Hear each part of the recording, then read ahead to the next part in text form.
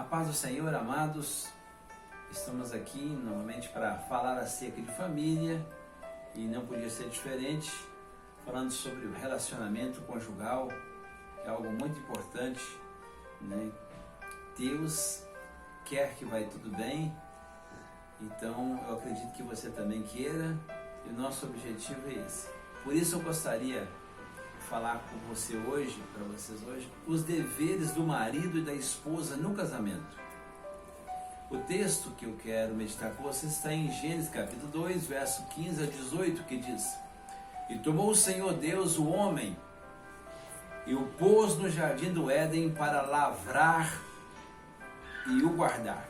E ordenou o Senhor Deus ao homem, dizendo: De toda a árvore do jardim comerás livremente, mas da árvore do conhecimento do bem e do mal, dela não comerás, porque no dia em que dela comeres, certamente morrerás.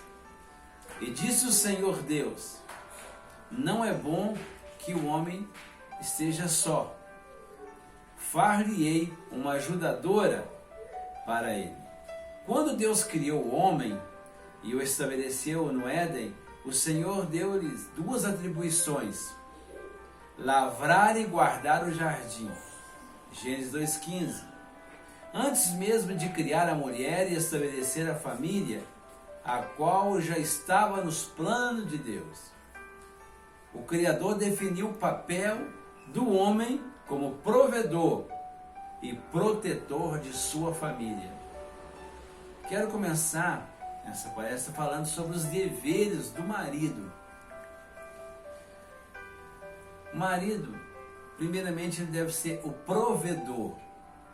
Conforme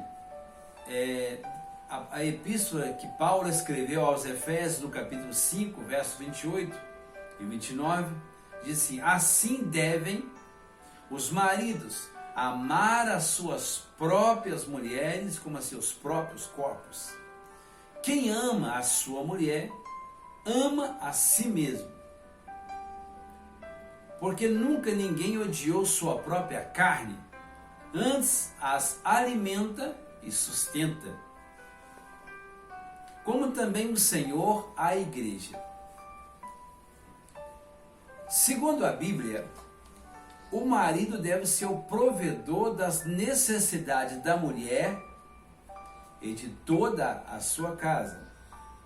Esta provisão fala do papel do marido em trazer ao lar a provisão, como expressão de cuidado com a sua família. Quanto à solteira, a mulher na condição de filha tinha na pessoa do pai como provedor, conforme Gênesis 2:24, que diz: Portanto deixará o homem o seu pai e a sua mãe, e apegar-se à sua mulher, e ambos serão uma só carne.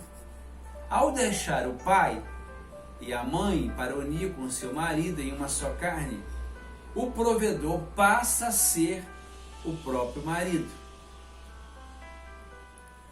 Antes de casar, o rapaz deve ser responsável e ter condições de oferecer suprimento ao lar.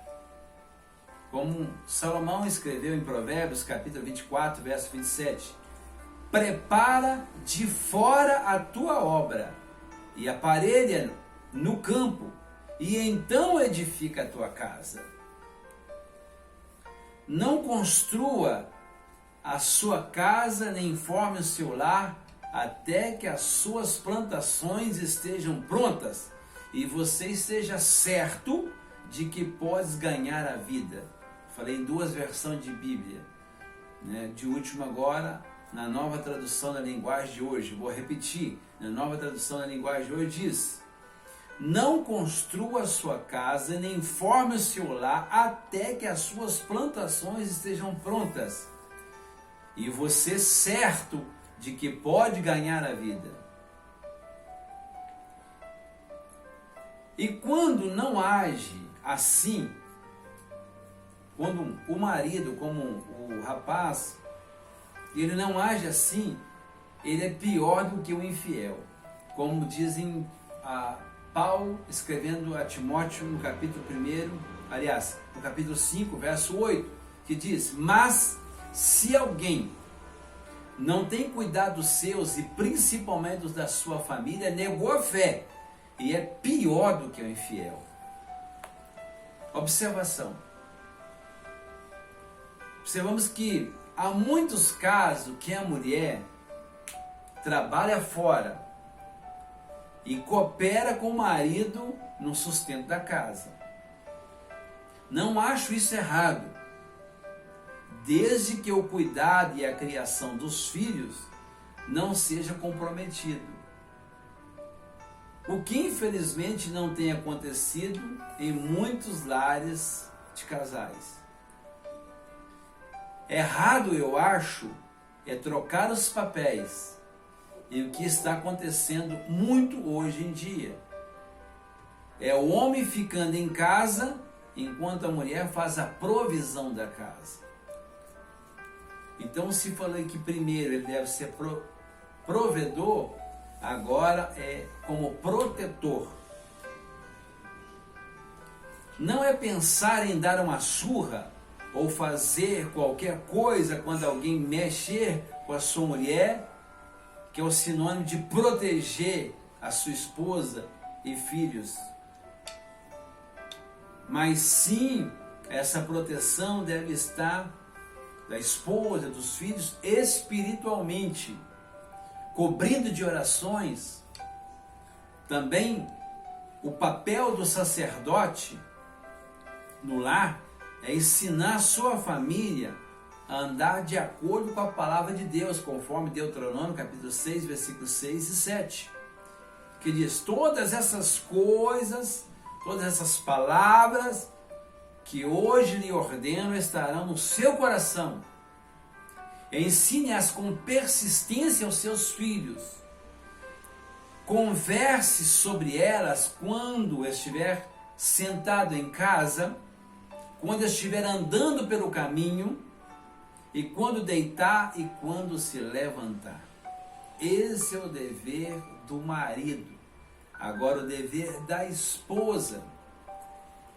Número 1, ser ajudadora. O primeiro dever da esposa, dado por Deus, é ela ser uma ajudadora, ou seja, auxiliadora de seu marido. Então, o Senhor Deus declarou: não é bom que o homem seja só, far-lhe-ei alguém que o auxilie, que lhe ajude, que lhe corresponda, conforme Gênesis capítulo 2, verso 18. Ao reconhecer que o homem precisava de uma ajudadora, Deus definiu não só a incapacidade do homem de fazer tudo sozinho, mas como também revelou que não havia ninguém mais qualificada para exercer este papel de ajudadora do que a mulher. Em outras palavras, Deus estava declarando que a mulher tem algo a oferecer para o andamento no lar que o marido não tem. Embora muitos maridos não entendem, Deus criou a mulher para ajudá-lo em tudo, até no governo do lar. Obviamente não desfazendo da autoridade do marido, mas procurando falar a mesma língua, ou seja, estando no mesmo foco. O aconselhar o marido na tomada das decisões é uma missão importante como ajudadora da esposa. Porém, Deus disse, presta bem atenção quando um exemplo que Sara aconselhou a Abraão: não te pareças mal aos teus olhos acerca do moço e acerca da tua serva. O Senhor disse: o que Sara te diz, ouve a sua voz, por quem Isaque será chamada a tua descendência. Está escrito em Gênesis capítulo 21 e o verso 12. O próprio Deus falando para Abraão, para ele ouvir atentamente o conselho da esposa.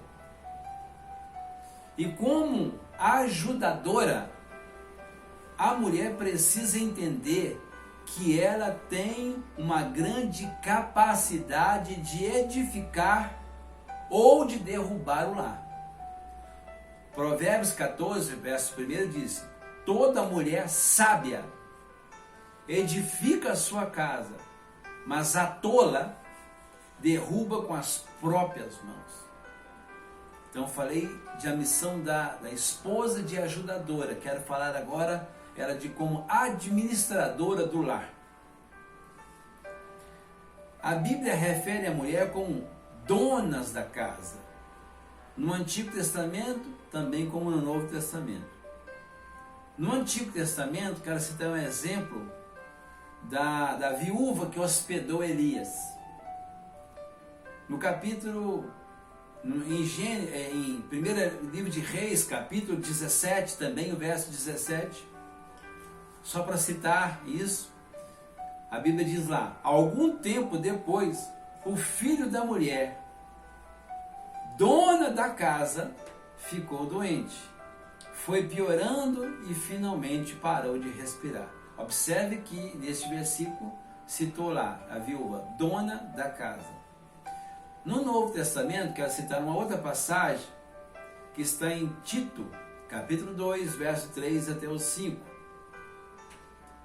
que também Paulo orientando a Tito acerca também das mulheres, e diz assim: as mulheres idosas, semelhantemente que sejam sérias no seu viver, como convém às santas, não caluniadoras, olha aí, não dadas a muito vinho, mestras no bem, ser mestre no bem, para que ensine as mulheres novas a serem prudentes, a amarem seus maridos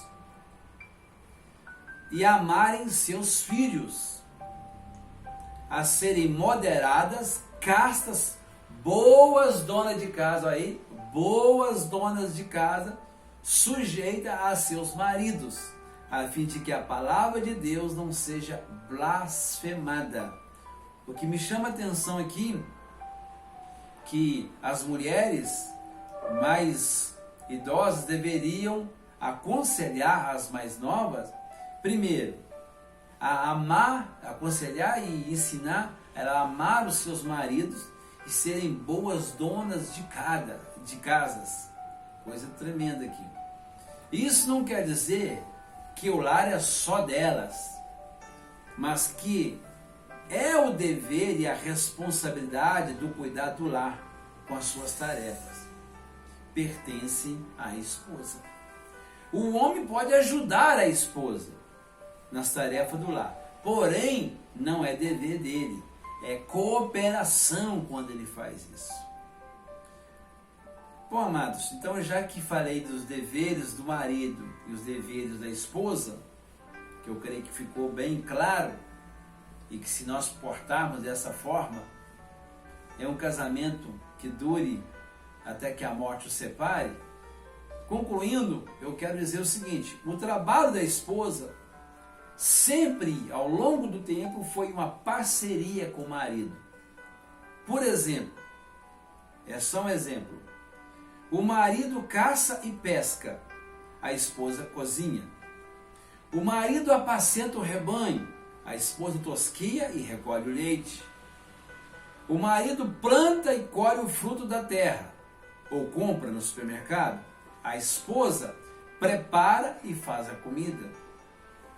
O marido traz o tecido, a esposa confecciona as roupas. Os detalhes da economia, da indústria e do ganho do pão diário mudaram muito ao longo do tempo.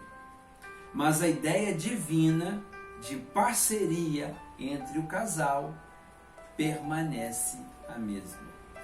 O que eu quero que fique bem claro aqui é que uma coisa é o dever do marido, dever, a esposa pode ajudar, que isso é uma cooperação, não é dever dela, é dever dele. Tem coisas que é dever da esposa, não é do marido. O marido pode cooperar, mas é dever da esposa. Dito tudo isso, quero desejar-lhes, que tenha sucesso. Não é fácil, mas aonde existe companheirismo num casamento e colocando isso em prática, como eu disse anteriormente, é um casamento até que a morte os separe. Só a morte pode separar. Que Deus possa abençoar ricamente, poderosamente a sua vida. Se gostou, dê um joinha lá, como gostou. Também divulgue, para os seus amigos, por gentileza, me ajude. Se é a primeira vez que está assistindo, inscreva no canal, me ajude. O objetivo aí é chegar, até passar dos 1000 inscritos, em nome de Jesus. E eu creio que com a sua ajuda vamos conseguir fazer isso. Um abraço a todos e até o próximo vídeo, se Deus assim nos permitir.